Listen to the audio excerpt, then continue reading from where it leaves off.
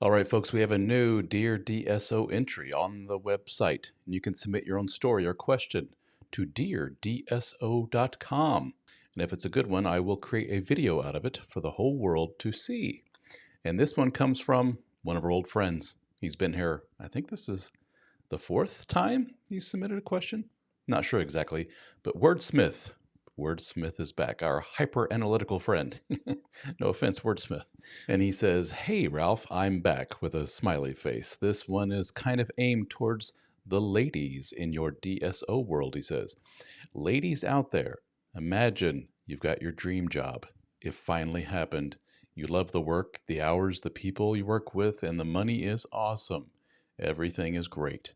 Now, a few years go by, and one day you see your pay stub, and it's a third of what it usually is.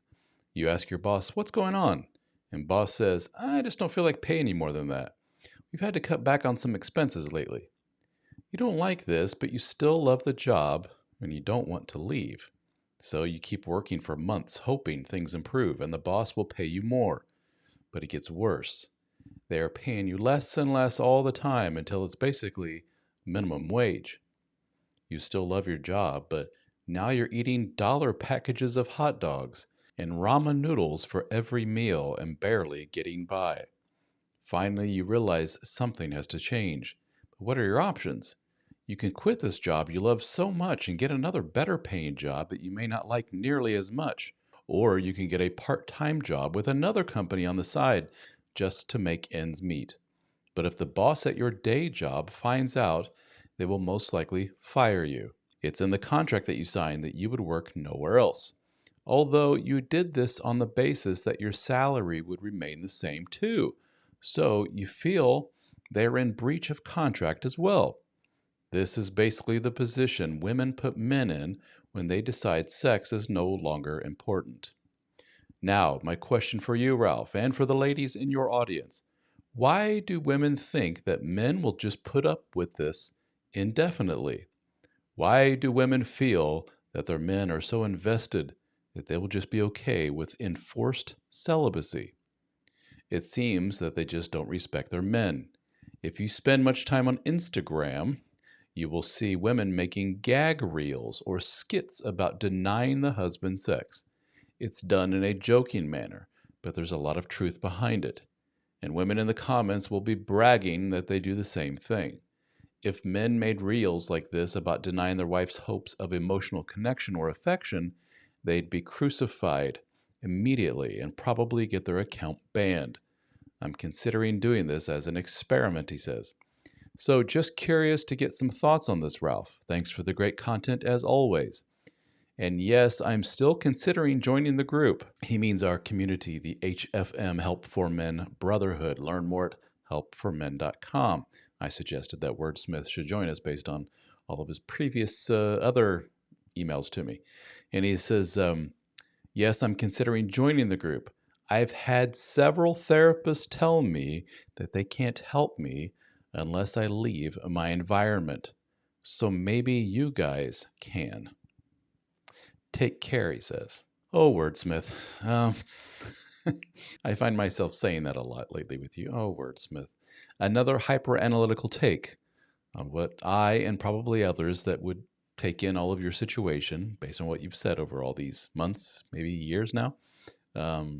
We would just simply say solution's relatively simple. And it sounds like you've been to a more than one therapist who has told you the same thing. You can't do better mentally and emotionally unless you remove yourself from that overused term, I know, toxic environment. Your relationship is wildly dysfunctional, and you're reaching out and trying to understand it and find a little nugget of wisdom that will flip and turn things around, damn it, when the solution is staring you right in the face and the therapists are telling you the same thing. You got to leave that, dude. It's bad.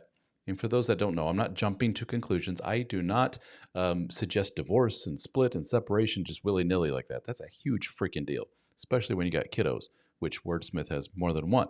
But you have to take into account the complete picture here. Wordsmith has been dealing with a lot of crap for a long time and very disconnected from the wife. And he's just brokenhearted and he can't figure out what's going on here. And it sucks. And he continuously reaches out to me and say, hey, I got another scenario for you, another analogy for what's going on to maybe somebody out there will understand. And my point here, Mr. Wordsmith, is we understand, dude. We've been telling you for a while now. We got the solution. Get the hell out of Dodge, mister. And you're like, nah, not listen to it. Anyway, here's another analogy for you to help better understand. No, we got it, dude. But your situation aside, let's just pretend that I have no idea of your past. I don't know, what's going on with you or anything.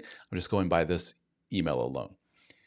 And right away, you're kind of the framing of this, the theme of this is just wildly off from the beginning. Number one, you framed it as the boss. The boss has said, here you go. Thank you for your efforts. Here's your reward. And now with the same effort on your part, employee, the boss is pulling back on the reward saying, I don't think so. You could be argued, keeping with that, analogy of the boss and you as the employee, is your boss not in essence kind of testing you in that way? If you want to frame it in that way, it's not necessarily the most accurate way, but that's how us men kind of look at things in life. We look at things in terms of life is throwing some tests at me. The universe, God, whatever you want to call it, is saying, here you go, dude. How are you going to react? Do you roll over? Do you say, oh, well, it is what it is? Or do you, quote, kind of fight back? Do you stick up for yourself? Do you say, I'm not putting up with that. I put boundaries up. We had a deal, Mr. Boss. This was our agreement. You are reneging on our agreement. Therefore, I'm out of here. Going to find another job. Adios. So in keeping with this analogy of the employee and boss, in your scenario, wife would be the boss. Not the sexiest thing in the world, dude. Wife is rewarding you for being a good boy. Also, not the sexiest thing in the world, dude. People change. Relationships are not so simple. People go through emotional, mental, physical changes. The way they were 10 years ago is not how they are now. And sometimes this results in really not so good stuff. And sometimes it's very overt and in your face.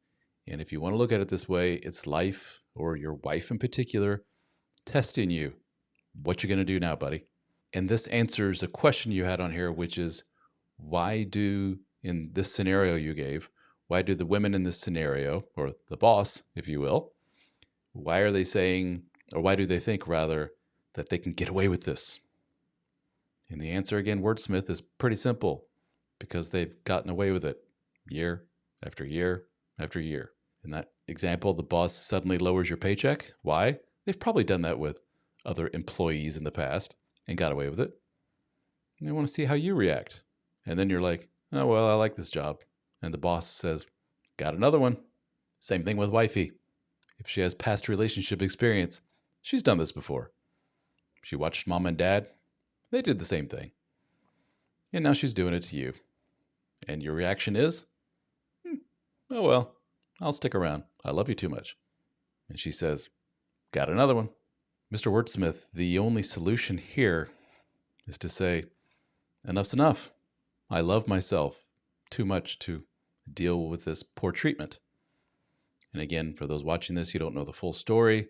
Wordsmith has endured a very disconnected, sexless relationship for a long time as a stay-at-home father, taking care of Wordsmith, I don't remember, I think it's like 4 or 5 special needs children that you have adopted. You're up to here with stress. Your spouse is basically disconnected from you, and you're left going like, what now? And her reaction is basically, not my problem. And this leads to a cascading, snowballing series of negative effects on the relationship, including sexlessness. And your reaction again is, oh well, what am I going to do? You know what to do. Enough's enough, we're going to fix this, or Wordsmith is out of here. And maybe you've had some semblance of that conversation before, but it's led exactly nowhere. And so she has been trained to know when Wordsmith says certain words, they really don't mean anything. And this has been going on for years and years, probably.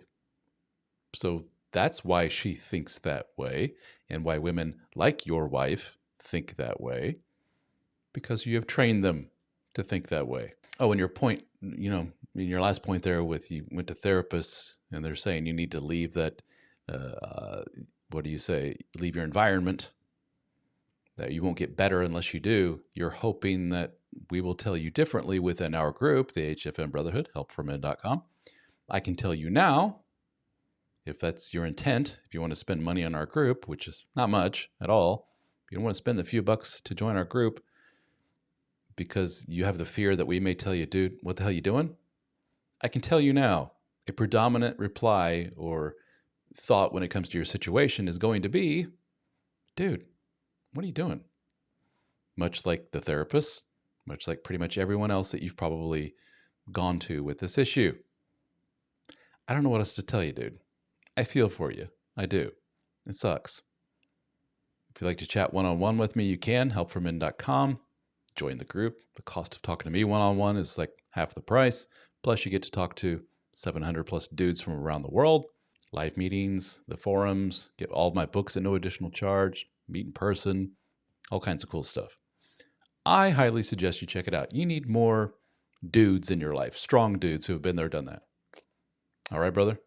Anybody else listening to this, that applies to you as well. Mr. Wordsmith, thank you once again for another good one. I do wish you all the best. Keep in touch, take care, and we'll see you on the next one.